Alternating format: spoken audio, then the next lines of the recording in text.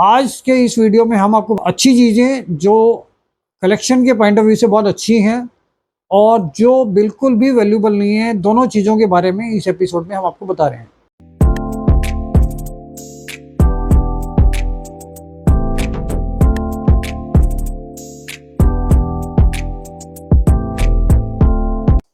दोस्तों नमस्कार, royal arts and numismatic gallery रंग के यूट्यूब चैनल पर आपका स्वागत है। दोस्तों अभी हमने 2-3 दिन पहले एक वीडियो अपलोड किया था जिसके अंदर हमने 2 रुपये के क्रॉस कॉइन के बारे में बताया था और रियलिटी में ऐसा था कि काफ़ी हद तक ये बहुत अच्छी रीच गई है इस वीडियो की हमारी, और बहुत सारे लोगों के फ़ोन भी मेरे पास आए थे कि वो लोग ये 2 रुपये के कॉइन क्रॉस वाले कलेक्ट कर रहे थे। तो अब जब से उनको पता चला है कि 2 रुपये के क्रॉस कॉइन की वैल्यू नहीं है, तो तब से उनको ये लगा है कि भाई जो भी लोग इनको मिसगाइड कर रहे थे तो वो चीज़ कम से कम वो लोग मिसगाइड ना हो और उनके एफर्ट्स बेकार ना जाएं, क्योंकि बहुत मुश्किल से आदमी को ढूंढ ढूंढ के ये चीज़ इकट्ठी करनी पड़ती है और बाद में पता चलता है उनकी वैल्यू नहीं है। कुछ लोगों के फ़ोन मेरे पास उस हिसाब से भी आए थे कि भाई हम लोग पर्टिकुलर कोई मिंट का कॉइन उसमें 10 रुपये से ले सकते हैं। तो मेरा उनको एक ही बात कहना था कि जब कोई भी आदमी आज की डेट में कलेक्शन करता है तो उसके पास अगर वो एक एक कॉइन ढूंढ के और उसकी वैल्यू उसको 5 रुपये से 10 रुपये तक मिल रही है तो वो 10 कॉइन ला के 100 रुपये के लिए उतने एफर्ट्स नहीं कर सकता और मिंट वाइज उसके लिए भी पॉसिबल नहीं है। और उसके बावजूद भी अगर हमारे पास वो मिंट वाले कॉइन भी हज़ारों इकट्ठे हो जाते हैं तो आज की डेट में कोई भी आदमी जो आदमी ये बोल रहा है कि मैं 10 रुपये में ले लूँगा एक कॉइन, वो भी 100, 200, 500 और 800 के बाद हाथ खड़े कर लेता है। और जब ये चीज़ें कॉमन पब्लिक के अंदर हम डिमांड क्रिएट करते हैं तो लाखों की क्वांटिटी में वो चीज़ें आ जाती हैं। तो कोई भी मिंट, कोई भी कॉइन उसमें ऐसा नहीं है कि जो इतनी कम क्वांटिटी में बनाओगे वो रेयर हो जाए। तो इसलिए 2 रुपये के कॉइन का तो आप बिल्कुल कलेक्शन, कम से कम क्रॉस कॉइन्स का कलेक्शन ना करें। अच्छा, आज के इस वीडियो में हम आपको बताएंगे 1 रुपये के बारे में। अब हम थोड़ा सा आपको अच्छी चीज़ें जो कलेक्शन के पॉइंट ऑफ व्यू से बहुत अच्छी हैं और जो बिल्कुल भी वैल्यूबल नहीं है, दोनों चीज़ों के बारे में इस एपिसोड में हम आपको बता रहे हैं। आप स्टार्टिंग से लेकर चलिए। 1 रुपये में 1950 में पहला कॉइन आया था रिपब्लिक इंडिया का। 1950, 1954, 1962, 1970 इन डेट्स में ये कॉइन इशू हुए थे 1 रुपये के स्टार्टिंग वाले, और ये सारे कॉइन ही अच्छे हैं।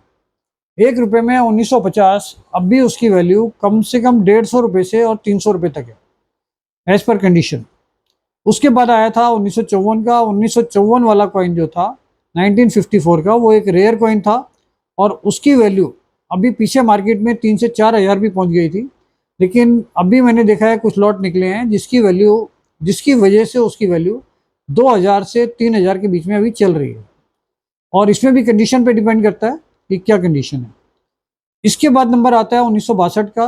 1962 का कॉइन्स पीछे 8-10 साल पहले हमारी नज़र में ज़्यादा वैल्यूबल नहीं था और हम 50 से 70 रुपये में वो लेन देन कर रहे थे, लेकिन अब उसकी वैल्यू बढ़कर लगभग 150 रुपये से 250 रुपये हो गई है और वो कॉइन भी एक अच्छा उसमें अप्रिसिएशन आया और वो 150 से 250 के आसपास की रेंज उसकी अभी चल रही है 1962 की। तो दोस्तों इसमें जो हमने कल ये लॉन्च किया था उसके वीडियो पर जाकर उसके डिस्क्रिप्शन में लिंक पर आप गूगल फॉर्म भर सकते हैं उसका, और वो जितनी जल्दी आप भर सकते हैं उतना ही आपको फ़ायदा है। तो जल्दी से भरिए उसको, क्योंकि बहुत लिमिटेड बच्चे हैं कंसेप्ट हमारे, तो आप जल्दी से जल्दी कीजिए उसको। Thank you. 1962 के बाद 1970। 1970 वाला कॉइन एक रेयर कॉइन है और सर्कुलेशन में भी आया है और प्रूफ सेट में भी आया है, लेकिन सर्कुलेशन कॉइन की वैल्यू उसमें कम से कम 6-7 हज़ार, 8 हज़ार से शुरू होके और 10-12 हज़ार, 15 हज़ार रुपये तक भी जाती है अगर वो यूएनसी कंडीशन में है तो। लेकिन नॉर्मली आप मानकर चलिए कि 7-8 हज़ार से लेके 10-12 हज़ार तक उसकी वैल्यू अभी है। तो वो एक रेयर कॉइन है और काफ़ी लंबे टाइम से वो रेयर है। लेकिन एक चीज़ आपको ये ध्यान रखनी है कि 1970 के डुप्लीकेट कॉइन्स बहुत बड़ी क्वांटिटी में आ रहे हैं, और इसमें एक सबसे इजी मेथड ये होता है कि 1970 का कॉइन आप मानकर चलिए 1950, 54, 62 और 1970 ये चारों कॉइन ही निकल में बने हैं, और निकल जो है वो मैग्नेटिक होता है, मैग्नेट पकड़ता है। तो अगर ये 1970 का कॉइन क्योंकि बहुत सारे कॉइन मेरे हाथ में भी आए हैं जो टूल्ड हैं, जिसमें डेट को चेंज करके 1970 बनाया हुआ है। वो कॉइन बनाया जाता है 1975 से 82 वाले कॉइन्स में से डेट मैनिपुलेट करके, और वो 1970 बना देते हैं उसको। तो जब आप उसको मैग्नेट से चेक करोगे तो चुंबक पकड़ेगा, तो इसका मतलब वो निकल है। तो आप उसको पूरी तरीके से जज कर लो कि उसके अंदर अगर कोई मैनिपुलेशन किया हुआ होगा 1970 के कॉइन में, तो वो मैग्नेट नहीं पकड़ेगा और वो निकल नहीं होगा। अगर वो निकल नहीं है तो इसका मतलब आप मानकर चलिए कि उसमें मैनिपुलेशन है और वो टूल्ड कॉइन है, तो मतलब फेक बनाया गया है। तो अगर वो मैग्नेट पकड़ता है तो वो पहली प्रॉपर्टी है उसकी कि उसने मैग्नेट पकड़ी है, तो वो मेटल तो वही है जो 1970 में आता है। उसके बाद भी आपको जज करना पड़ेगा कि वो ओरिजिनल है या फेक है, क्योंकि रेयर कॉइन्स हर तरीके से बनाने वाला ये कोशिश करता है कि वो ओरिजिनल के लगभग बराबर आ जाए, जिससे वो पकड़ा ना जाए। तो ये बात आपको ध्यान रखनी है कि 1970 का रेयर कॉइन है और इसमें कॉपी बहुत ज़्यादा आ रही है। तो एक छोटा छोटा सा मेथड मैंने आपको बता दिया है, मैग्नेट से आप उसको देख सकते हैं। अगर वो मैग्नेट पकड़ता है तो वो निकल है, और निकल है तो इसका मतलब वो ओरिजिनल होने के चांस उसके बढ़ जाते हैं। और अगर वो मैग्नेट नहीं पकड़ता है तो इसका मतलब वो 100% फेक है। दोस्तों, इसके बाद 1970 के बाद जो कॉइन आए थे वो आए थे 1975 से 82 तक। ये सारे कॉइन आए थे 8 ग्राम में, और ये इतनी बड़ी क्वांटिटी में आए थे कि जिनकी वैल्यू कभी भी नहीं बढ़ेगी।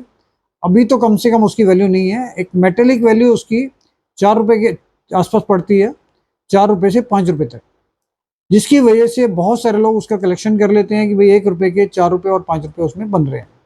लेकिन कलेक्शन के पॉइंट ऑफ व्यू से उसकी रेयरिटी कभी कुछ नहीं है। उसमें कुछ म्यूल कॉइन्स आए हैं, लेकिन म्यूल्स के कलेक्टर बहुत कम है। और म्यूल कॉइन्स का अगर आप एज एन इन्वेस्टर इन्वेस्ट करते हैं तो उसमें आपको फर्दर फ्यूचर में उतनी वैल्यू नहीं मिलने वाली है। तो इसलिए म्यूल की तरफ से दिमाग उसमें से हटा दीजिए। तो 1975 से 82 तक के जो 8 ग्राम के सिक्के हैं उसमें कोई रेयरिटी नहीं है, वो सब कॉमन है। 1982 में एक कॉइन आया था 6 ग्राम का, क्योंकि 1982 तक मेटल की वैल्यू बढ़ चुकी थी और गवर्नमेंट ने डिसाइड किया कि 8 ग्राम के कॉइन को 6 ग्राम में कन्वर्ट करना है। तो 6 ग्राम वाले कॉइन बहुत कम बने थे 1982 में, तो वो एक रेयर कॉइन है। कॉपर निकल में ही बनाया है, लेकिन वो 6 ग्राम का कॉइन है, इसलिए वो काफ़ी रेयर है। और एक ही मिंट का आता है, बॉम्बे मिंट का, उसमें और कोई मिंट ने नहीं बनाया था। तो वो कॉइन एक रेयर कॉइन है और उसकी वैल्यू भी कम से कम 20,000 से लेके 30-35,000 तक आप मानकर चलिए। वो रेयरिटी की वजह से उतनी वैल्यू उसकी है, और जैसे जैसे उसकी कंडीशन वेरी करती है उस हिसाब से उसके रेट में वेरिएशन आता है। लेकिन उसमें भी tooled coin, manipulated coin, fake coins बहुत आते हैं। इस चीज़ का आपको ध्यान रखना है। इसके बाद इसमें 86 आता है हैदराबाद में, वो भी कॉइन कम आया है क्वांटिटी में। उसकी वैल्यू भी 400-500 से लेके 700-800 रुपये तक, 1000 रुपये तक आती है। और वो भी एक अच्छा, मतलब स्केयर या रेयर भी आप कह सकते हो उसको, वो कॉइन है। उसके बाद कॉइन आता है 1988 नोएडा मिंट। नोएडा मिंट का जो कॉइन है, लोग नॉर्मली कंफ्यूज होते हैं, उसमें बॉम्बे मिंट मार्क को वो नोएडा लेकर चलते हैं, लेकिन नोएडा में एक बड़ा डॉट होता है, राउंड डॉट।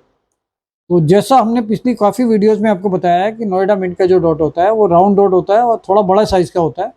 तो 88 का जो कॉइन है 1 रुपीज़ में, वो हम लोगों का दिल्ली के आसपास के लोगों को जल्दी मिल जाते हैं, तो इसलिए दिल्ली और नॉर्थ में उसकी वैल्यू उतनी ज़्यादा नहीं है।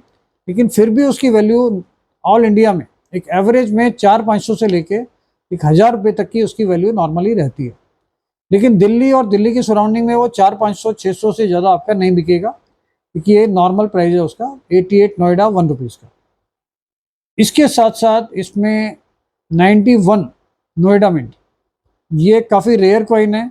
जैसे ही आपको पता है कि 91 नोएडा बहुत कम कॉइन बने थे, और 91 नोएडा की वैल्यू 20,000 से लेके 30-40 हज़ार रुपये तक हो सकती है एज पर कंडीशन 91 नोएडा का। तो ये एक रेयर कॉइन है, और इसको आप कभी भी मिलता है तो बहुत अच्छा है, जल्दी से कैश हो जाता है और इसकी डिमांड भी रहती है। एक चीज़ मैं और कहना चाहता हूँ कि 89 नोएडा और 90 नोएडा, ये भी बहुत बड़ी क्वांटिटी में नॉर्थ वालों को, जो हम दिल्ली के लोग हैं, दिल्ली, यूपी, हरियाणा, पंजाब, इस तरफ के लोगों के लिए ये बहुत कॉमन कॉइन है। 89 नोएडा और 90 नोएडा। थोड़ा सा साउथ वालों को ये कॉइन कम मिलते हैं, इसलिए इसको कुछ किताबों ने, कुछ बुक्स ने जो साउथ इंडियन लिखते हैं, इसकी वैल्यू कंपैरेटिवली कुछ ज़्यादा लिखी हुई है। लेकिन ये अगर आप बेचना भी चाहते हैं तो ये आपका 4 रुपये, 5 रुपये, 6 रुपये से ज़्यादा नहीं बिकता है। तो इसमें अगर यूएनसी कंडीशन होती है तो 10 रुपये, 12 रुपये तक ये बिक सकता है। लेकिन हम जब दिल्ली वाले लोग हैं तो इस चीज़ को इतने रेयरिटी और स्कैरिसिटी के हिसाब से नहीं ले रहे हैं। तो ये एक कॉमन कॉइन है मेरे हिसाब से, 89 और 90 नोएडा। तो इस चीज़ का आपको ध्यान रखना है। इसके बाद 91 नोएडा के बाद 92 से लेके 2004 तक के गेहूं की बाली वाले स्टील के कॉइन्स आते थे। तो इसमें 92 का कुछ वैल्यू होती थी और है थोड़ा बहुत, क्योंकि इसकी क्वांटिटी थोड़ी सी कम है। लेकिन पहले हम 15-20 रुपए से ले रहे थे, तो मेरे पास उस कंडीशन में भी ज़्यादा नहीं तो कम से कम 3-4 हज़ार, 5 हज़ार कॉइन आ गए थे। तो अभी हम इसकी परचेजिंग भी 10-12 रुपए से ऊपर नहीं ले रहे हैं। और 93 से 2004 तक के कॉइन्स की तो मेरी नज़र में वैल्यू नहीं है, क्योंकि वो तो लाखों करोड़ों की क्वांटिटी है।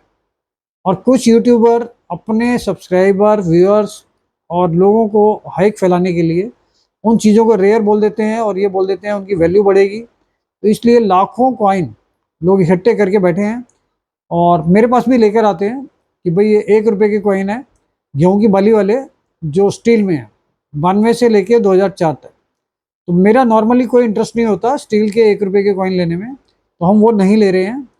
1 रुपये के स्टील कॉइन 92 से लेके 2004 तक के। इसके बाद इसमें 2004 में ही क्रॉस कॉइन आता है 1 रुपये का। 1 रुपये के क्रॉस कॉइन आते थे 2004 में, 5 में और 6 में, जिसमें 2004 का ही रेयर या स्केयर आप उसको बोल सकते हैं, क्योंकि उसकी वैल्यू 600-700 से लेकर और 1500 रुपये तक की एक नॉर्मल वैल्यू है। 1 रुपये क्रॉस कॉइन 2004 का। 5 की वैल्यू बिल्कुल भी कुछ नहीं आती है। 6 की वैल्यू आपकी 20 रुपये से 50 रुपये तक आ सकती है। 2006 क्रॉस कॉइन 1 रुपये में, तो उसकी वैल्यू आपको मिल सकती है, जिसमें आपको 20 रुपये से 50 रुपये तक की वैल्यू मिल सकती है 2006 क्रॉस कॉइन। इसके बाद इसमें कोई ऐसा कॉइन नहीं आया है जिसमें कोई बहुत ज़्यादा रेयरिटी हो। कुछ लोग कहते हैं कि इसमें जो बाद में इशू निकले हैं 2016, 17, 18 के आसपास, उसमें कुछ म्यूल कॉइन्स आए हैं। लेकिन मैं म्यूल्स को कभी भी प्रायोरिटी लेवल पर नहीं लेता। और जितने भी इन्वेस्टर हैं या कलेक्टर हैं, आप अपने कलेक्शन के लिए म्यूल का एक एक कॉइन तो लेके रख सकते हैं। लेकिन अगर आप ये सोचें कि म्यूल कॉइन्स का क्वांटिटी में कलेक्शन करके कभी भी और रीसेल में बहुत वैल्यू मिल जाएगी, मेरी नज़र में ऐसा बिल्कुल भी नहीं है। ये कॉइन्स इतनी बड़ी क्वांटिटी में है कि उसके आने वाले टाइम में म्यूल्स के हिसाब से बहुत वैल्यू कभी भी नहीं मिलेगी। तो as an interest, as a hobby ये आप कलेक्ट कर सकते हैं, लेकिन मेरे ख्याल से इसको ज़्यादा वैल्यू में परचेज नहीं करना चाहिए 1 रुपये के म्यूल कॉइन्स को। ये चीज़ है। तो ऐसी चीज़ें अगर आप इन्वेस्ट करना चाहते हैं तो 1950, 54, 62, 70 या 1982 6 ग्राम, 86 हैदराबाद, 88 नोएडा, 91 नोएडा, 2004 क्रॉस का, इन कॉइन्स को आप कलेक्ट कर सकते हैं एज एन इन्वेस्टमेंट भी, एज एन हॉबी भी। इन चीज़ों की वैल्यू आने वाले टाइम में बढ़ सकती है। तो 1 रुपये के बारे में आज की ये जानकारी आज यहीं तक। अगले एपिसोड में और ज़्यादा जानकारी आप तक पहुंचाएंगे। Thank you.